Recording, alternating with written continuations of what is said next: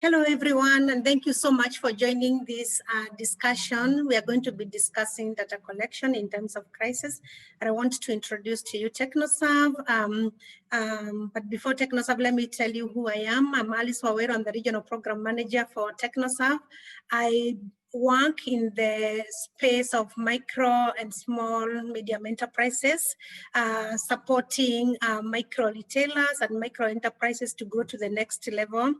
And as TechnoServe, we are a non-profit organization operating in 29 countries of the world, and we believe in the power of private enterprise to help businesses lift themselves out of poverty.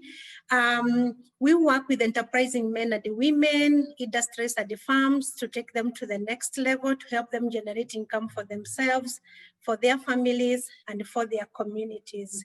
In 2019, we worked with thousands of these enterprises in the food processing, in the micro retail sector. We worked in the micro and small and growing businesses to help them generate income for themselves and for their communities.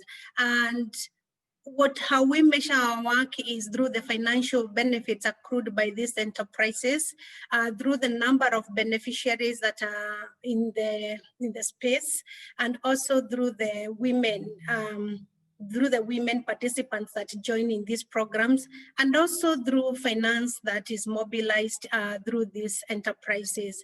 And doing all this work, we collect a lot of data, and this is the data that we are going to discuss, how we collect it, the challenges that we face, and the solutions that we bring on board.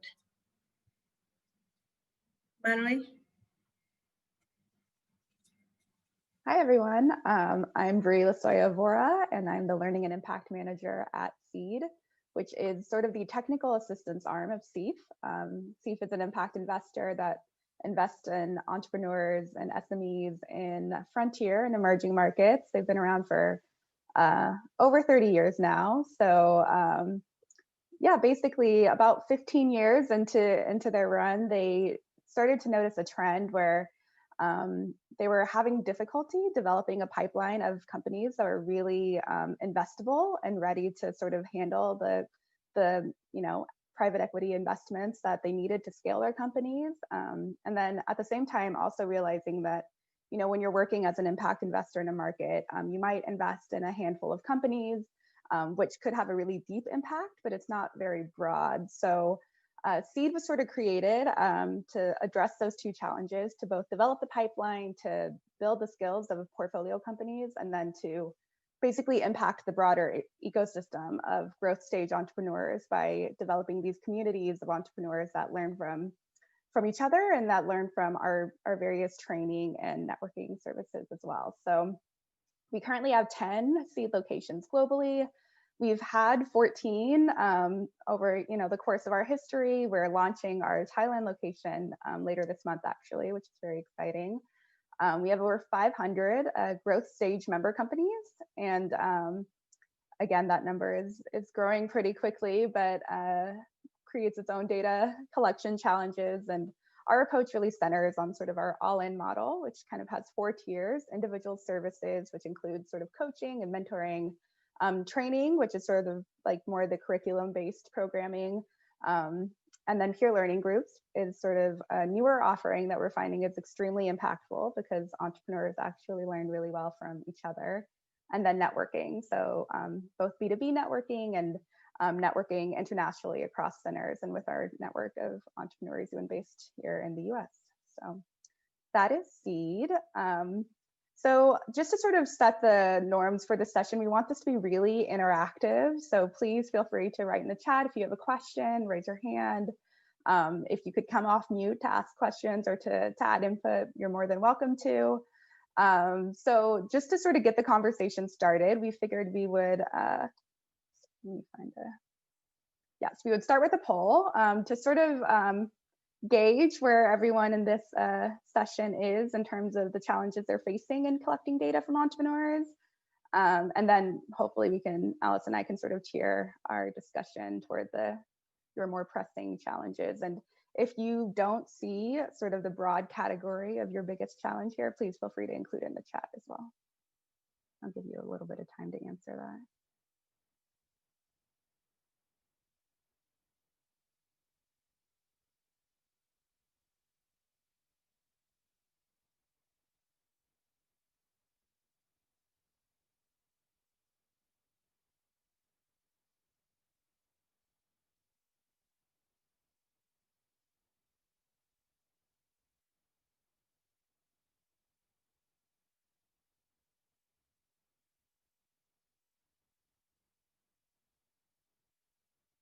Mallory might ask for your help. When do we get to see the poll results? How does that work?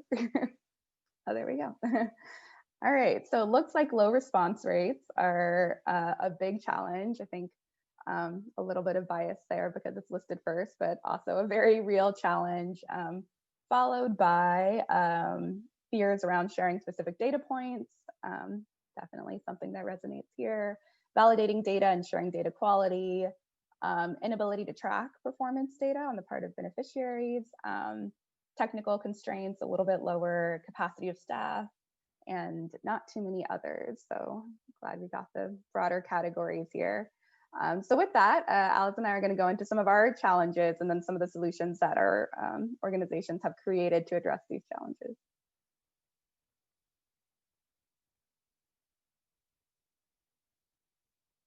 Yeah, so thank you very much. I'm going to discuss some of the challenges that we have faced as an organization when collecting data from the field. And the first one is the technological challenges. We work with the beneficiaries who sometimes may not have the right technical tools. They may not have the right smartphone or the right tablet or computer to be able to, to gather data from them.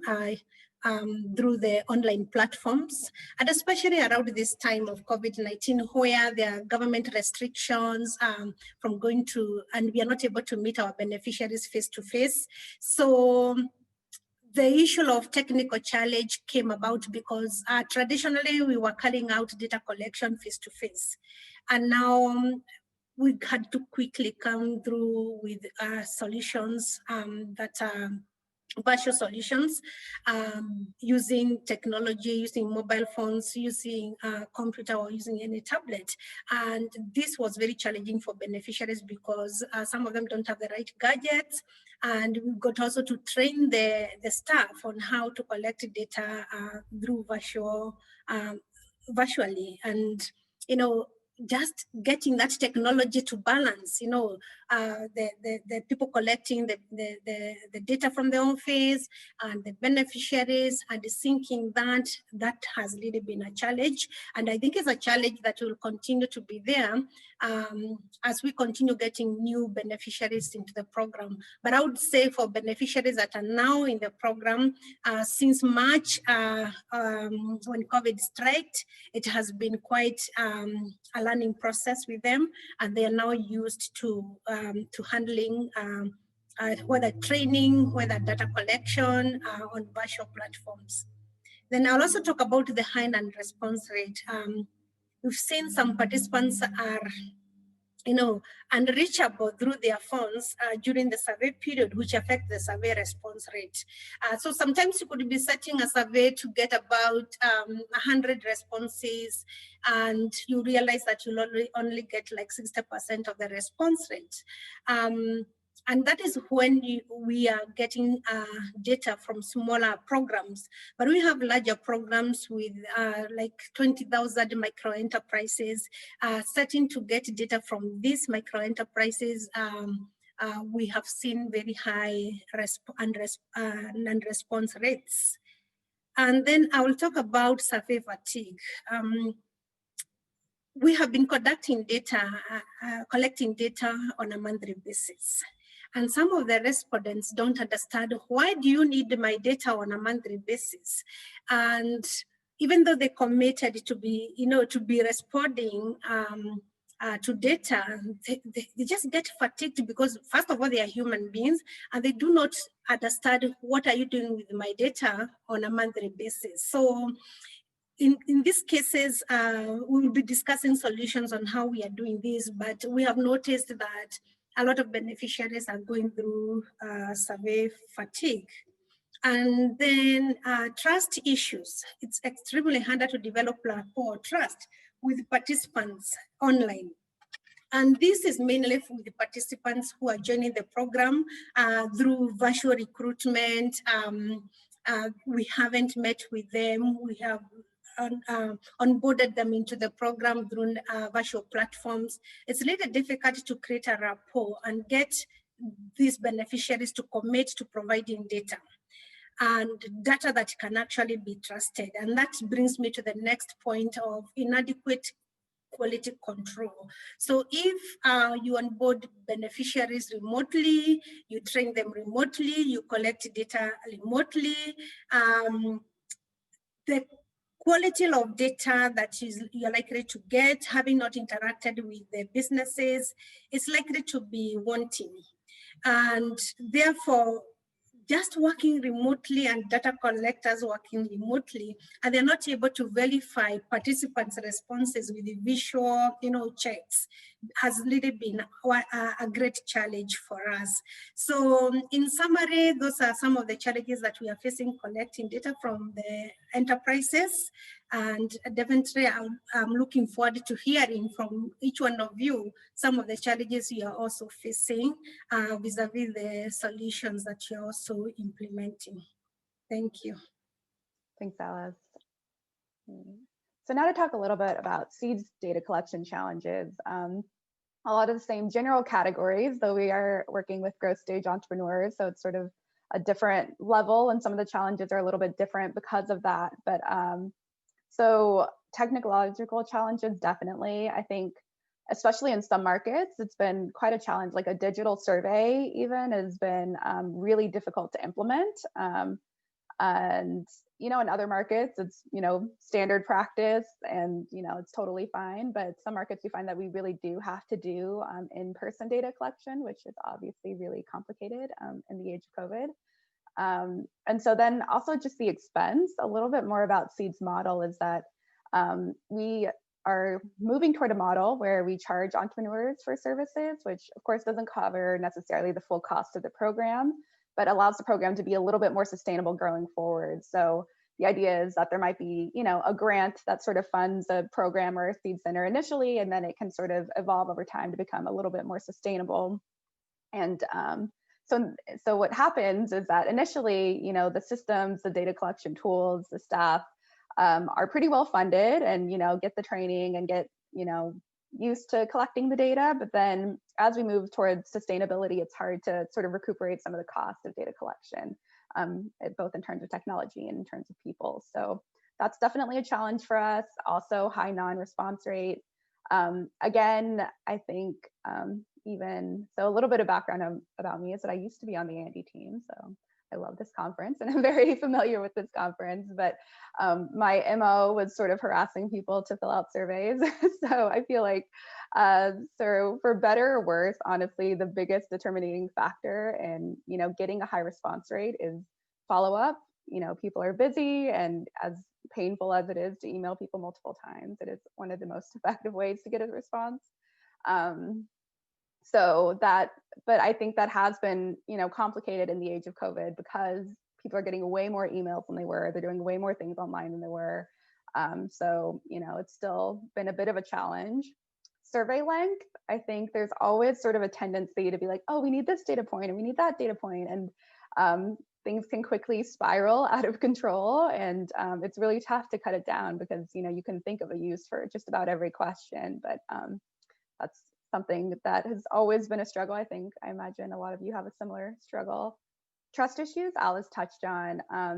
We are collecting really sensitive data on people's businesses. And I think especially in some places where the tax revenue authority, it's sort of this feared body.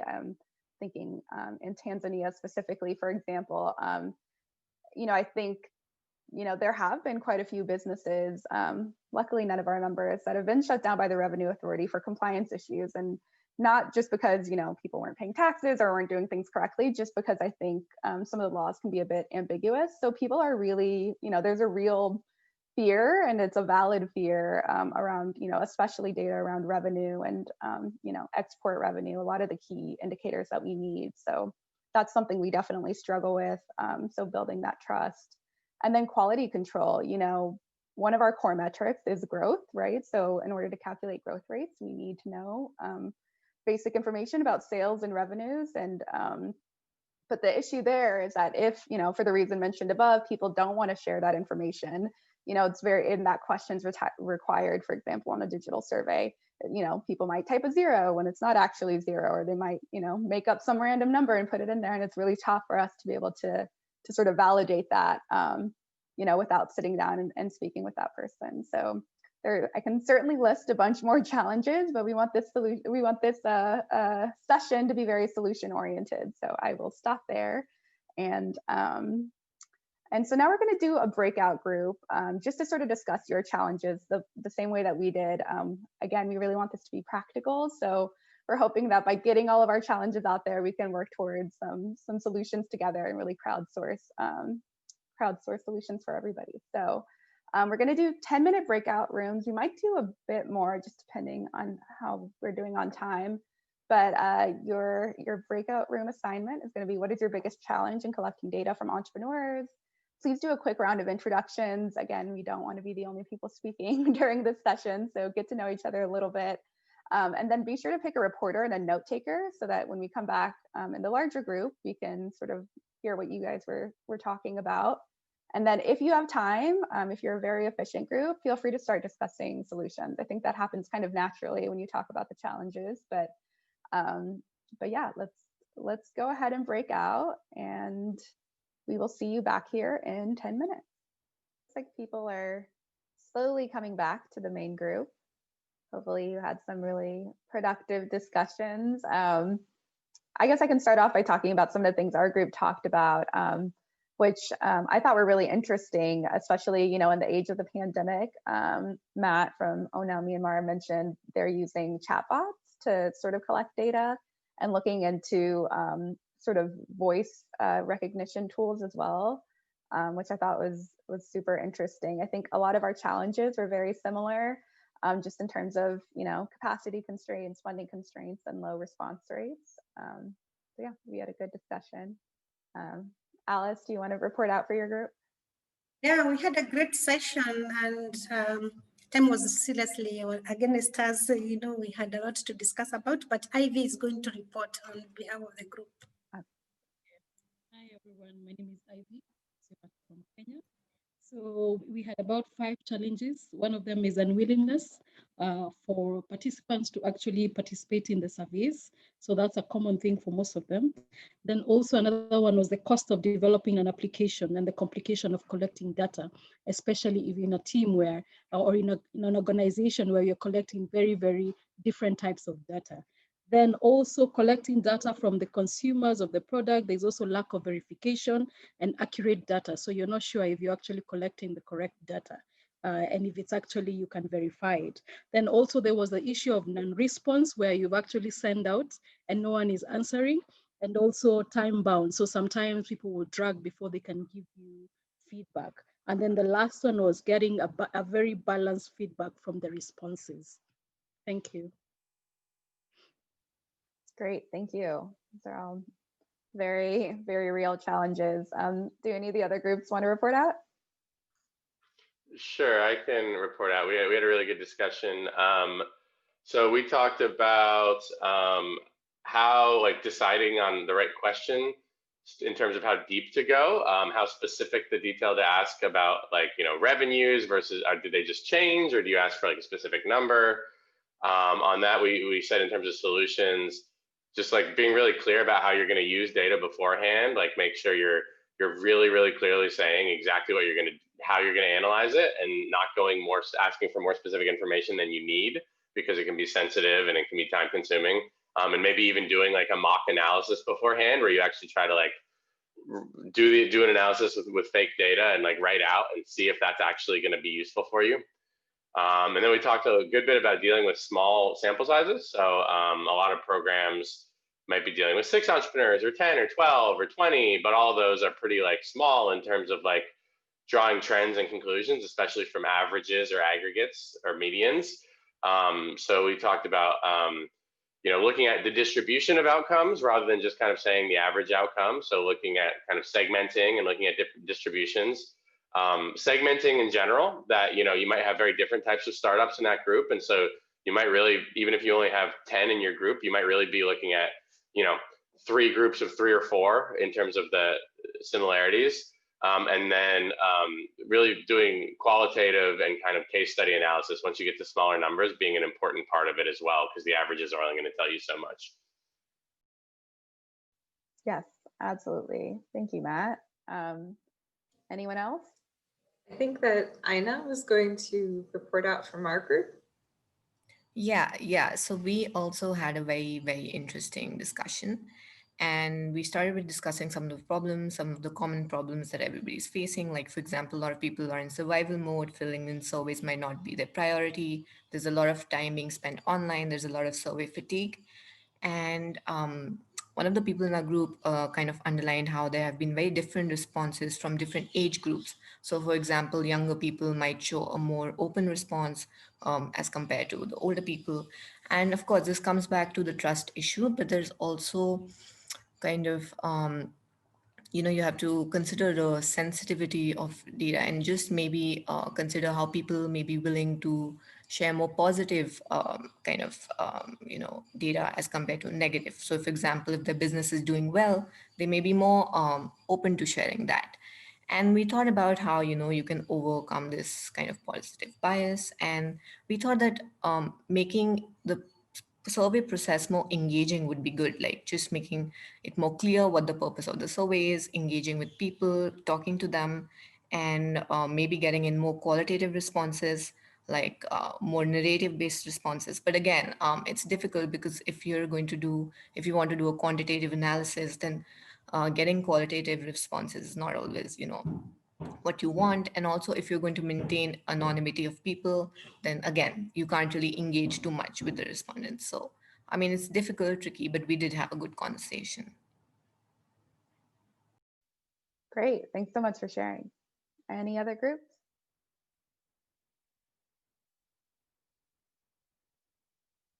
Going once, going twice. Okay. Well, if you do think of other challenges or you missed something, or didn't get a chance to share anything, please feel free to put it in the chat. Like I said, we want this to be as interactive and comprehensive as possible. So even if it's a very specific challenge, we want to hear about it. And then with that, we can sort of go into some of the solutions that TechnoServe has come up with. Let me reshare this screen.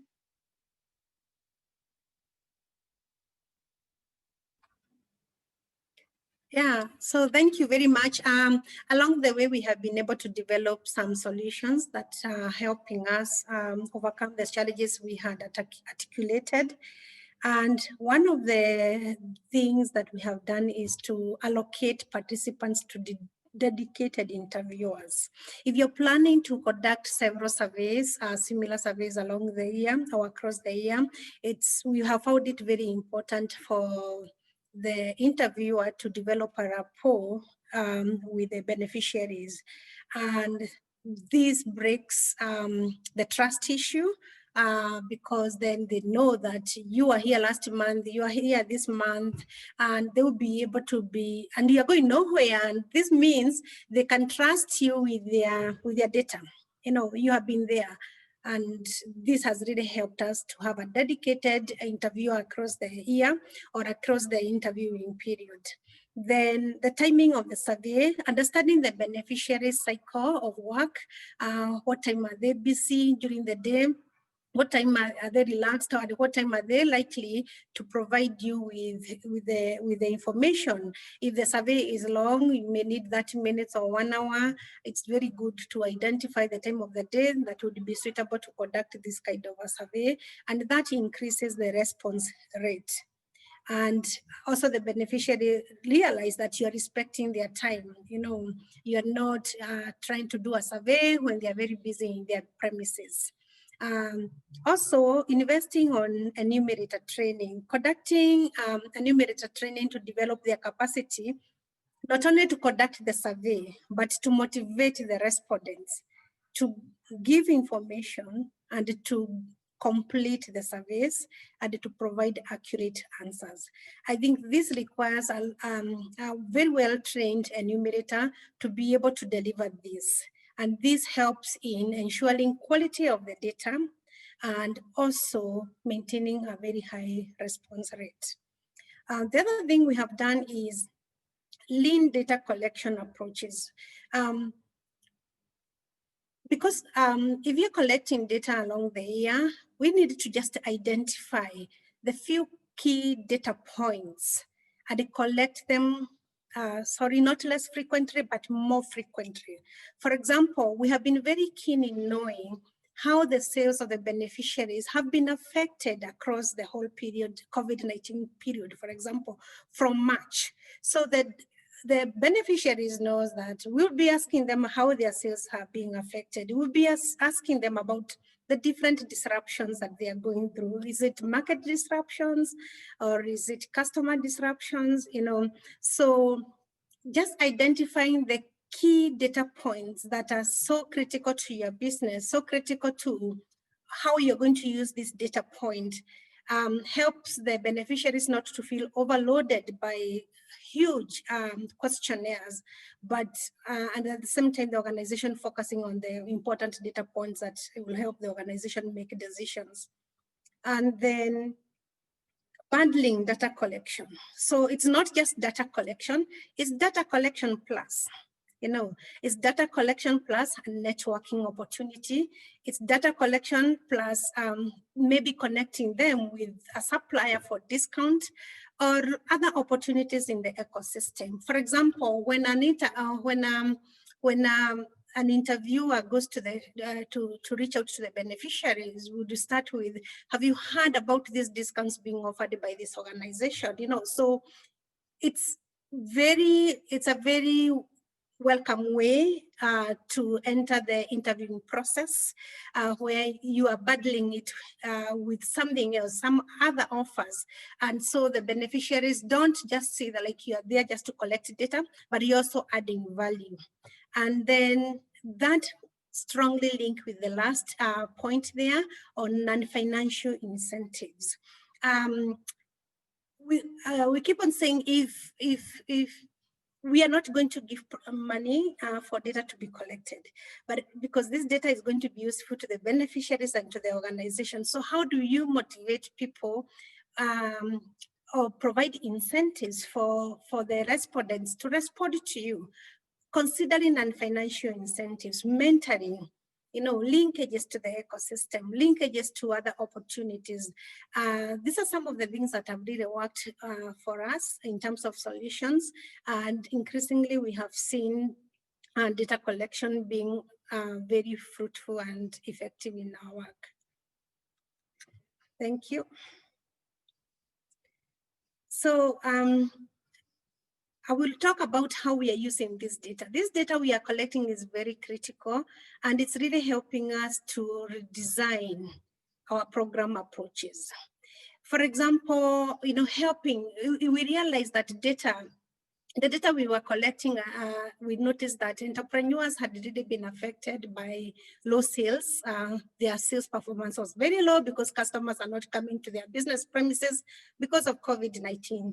And so we had to help the entrepreneurs rethink their business models. So how do they reach the customers while they are at home? And we had to quickly redesign the approaches, redesign our thinking, and redesign how we support the beneficiaries to rethink their business model to survival and to still be able to maintain their customers, even if they're not visiting their premises on a regular basis.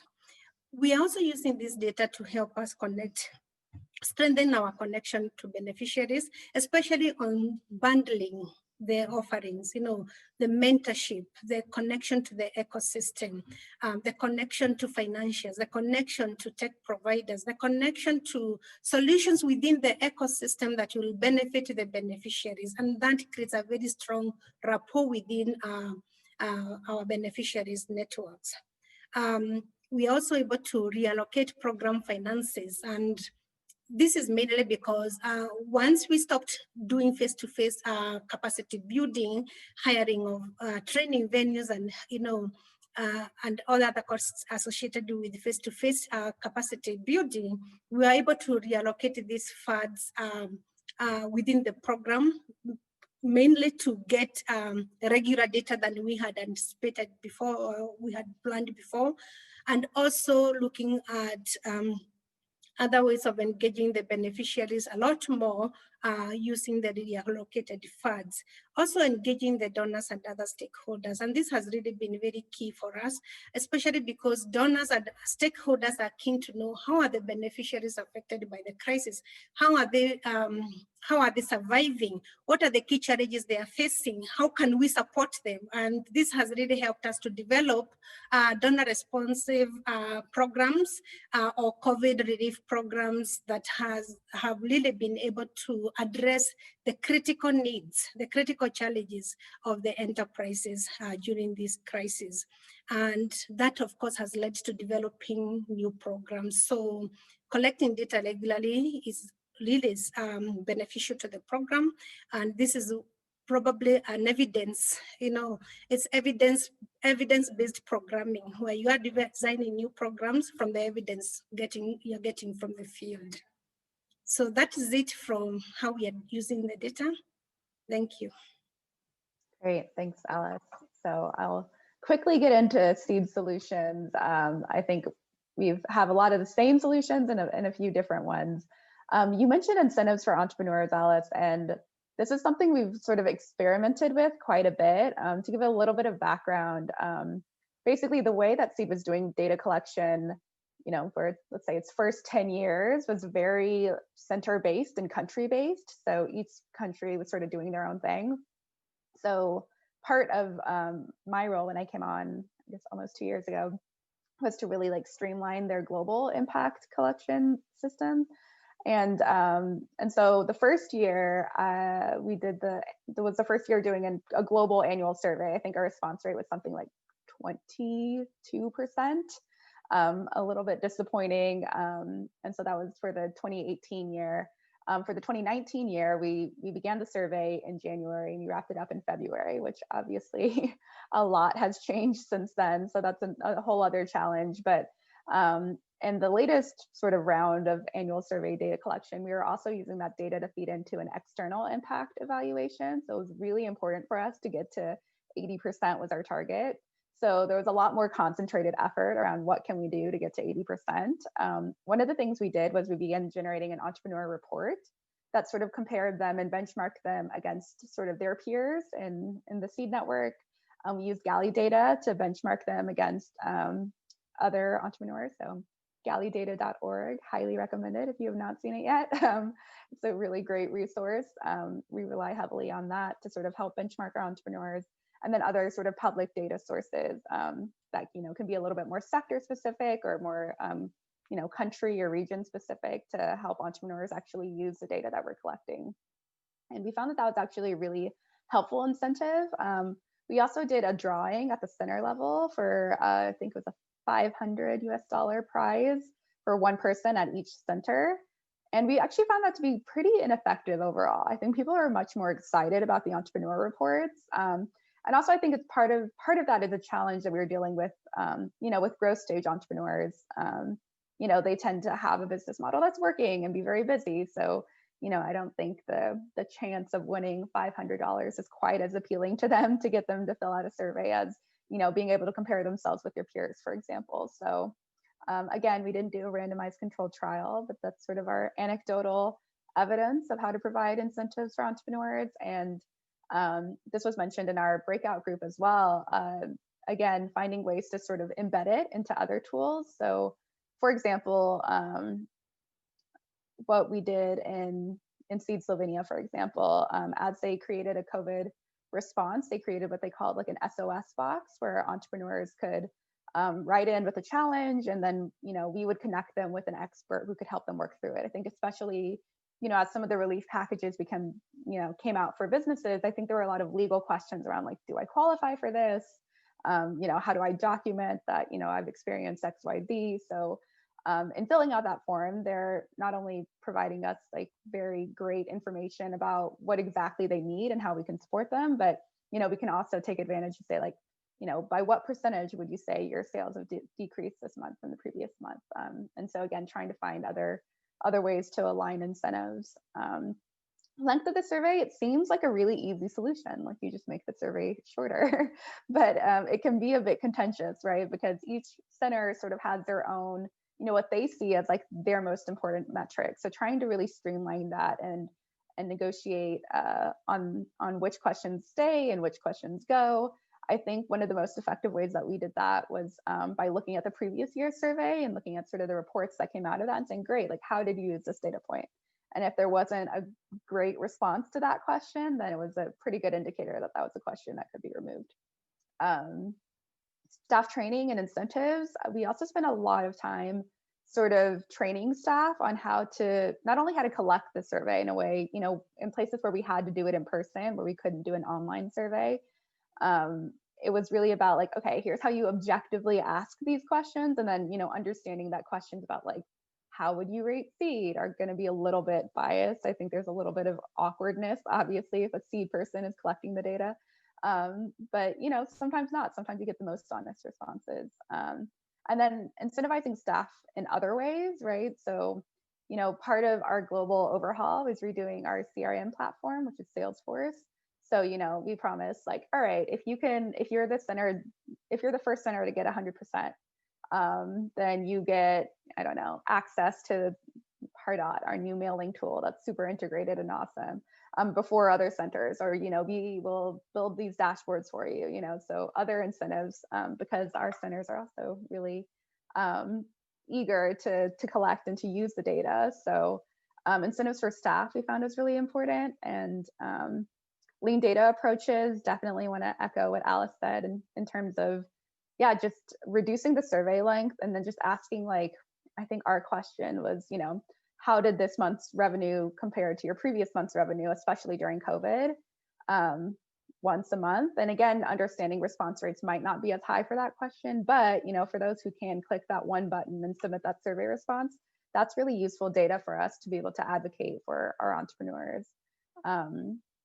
Bundling data collection, again, I think considering all the sources of data, I think, in the minds of management, a lot of times it's like, all right, the annual survey or, semi-annual survey, like this is our key data source, but we're actually collecting data constantly, right? We collect attendance data, people attend events, we collect event feedback, there's engagement, there's communications, and there's a lot of anecdotal and qualitative data that's often super valuable. So I think WhatsApp has been brought up a few times as like a really important source of data because, again, it helps build a sense of community if you use a WhatsApp group. And, there's some sort of inherent trust that gets built by, okay, this is a closed group, we can share whatever it is we want to share. And then for us, that's really valuable because we learn like, what are our entrepreneurs worried about? Like, what are their burning questions? What are they asking other entrepreneurs?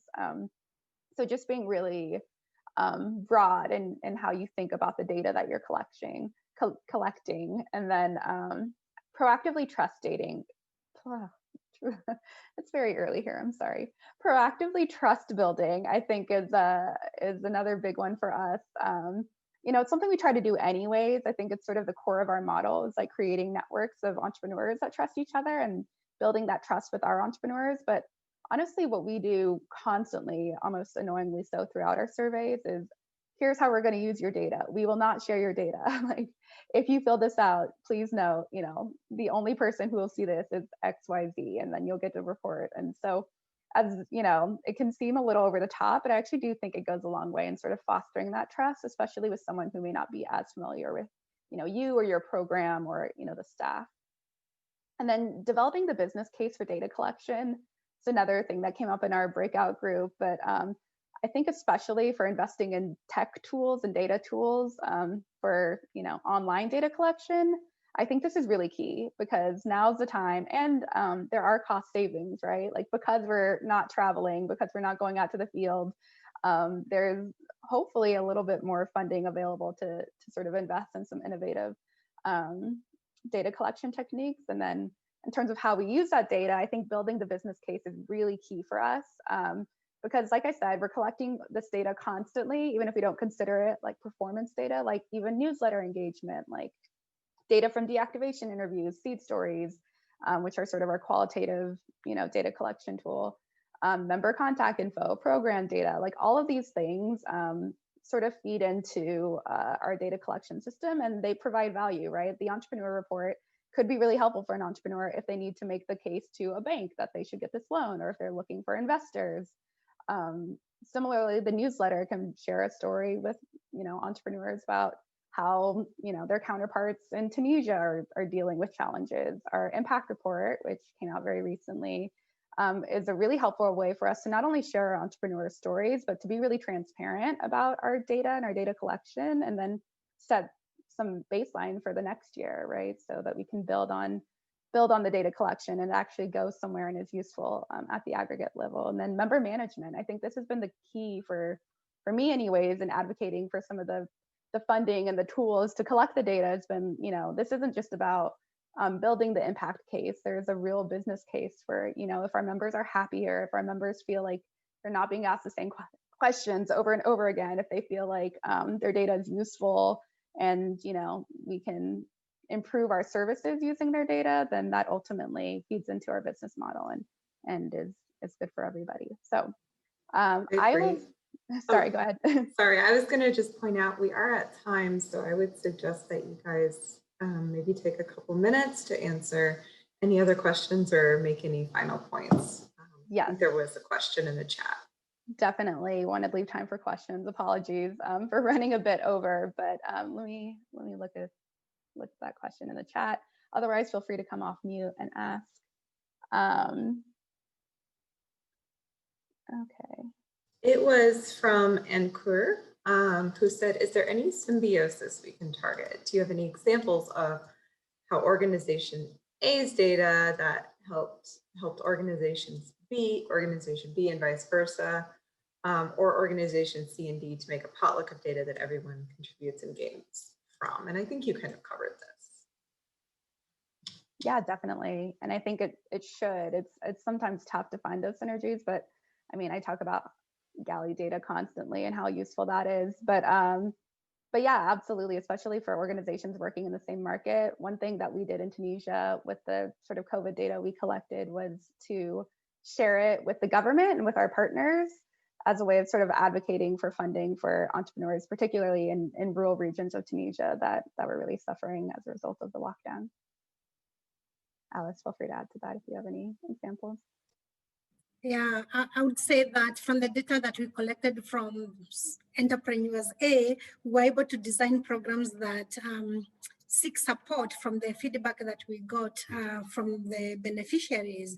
And we realized that access to finance, especially during the time of crisis, is a very critical challenge for the beneficiaries. And we were able to develop a program that seeks COVID relief, that has a COVID relief component in it, and that benefits not only the existing entrepreneurs, but a whole lot of new other entrepreneurs who are being affected by the same financial challenge. Absolutely. Any other questions? Feel free to put it in the chat or to come off mute and ask it.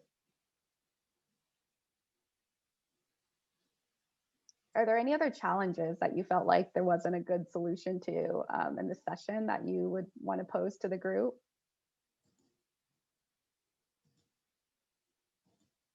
Again, you can chat it or you can come off mute.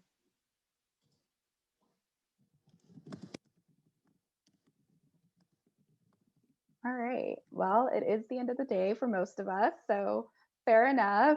Thank you so much for coming. Just in terms of next steps, we do kind of want to summarize a lot of the challenges and solutions that came out of today's session. So be on the lookout for that. I've shared the link to both of our impact reports so that you can read more about how we use our data. And yeah, thanks so much for joining us today. And thank you to the ANDE team for organizing. Yeah, thank you everyone for your time and contribution. Thank you.